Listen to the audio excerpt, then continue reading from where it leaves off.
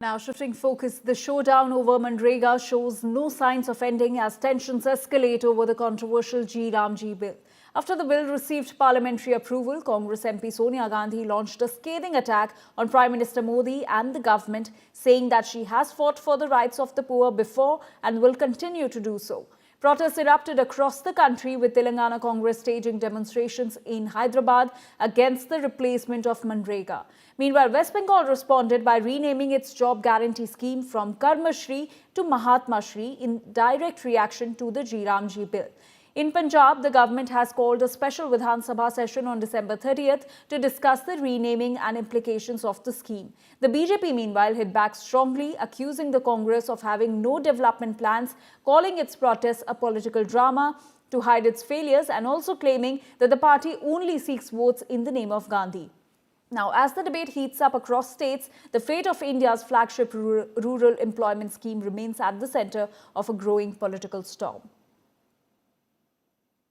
मोदी सरकार ने ग्रामीण क्षेत्रों के बेरोजगार, गरीबों और वंचितों के हितों को नज़रअंदाज कर मनरेगा को कमज़ोर करने की हर कोशिश की, जबकि कोविड के वक्त ये गरीब वर्ग के लिए संजीवनी साबित हुआ।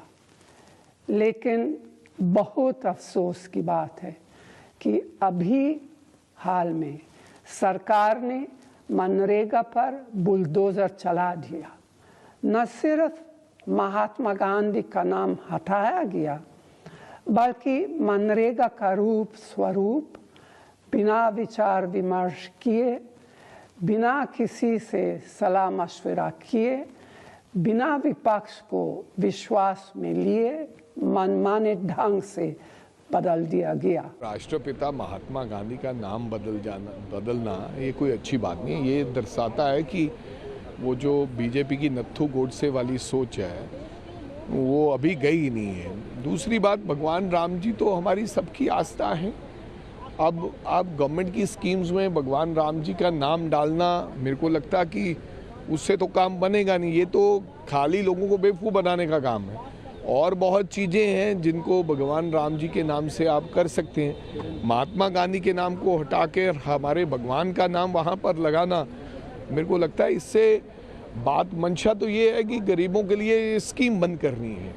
Modi government thinks it can remove Mahatma Gandhi from everywhere, and Mahatma Gandhi is father of the nation, and Mahatma Gandhi cannot be removed like this. And we strongly condemn, our party, Communist Party of India, has strongly condemned the removal of Mahatma Gandhi's name, removing the content of National Rural Employment Guarantee Act, and bringing some Viksit Bharat, G bill, all such things.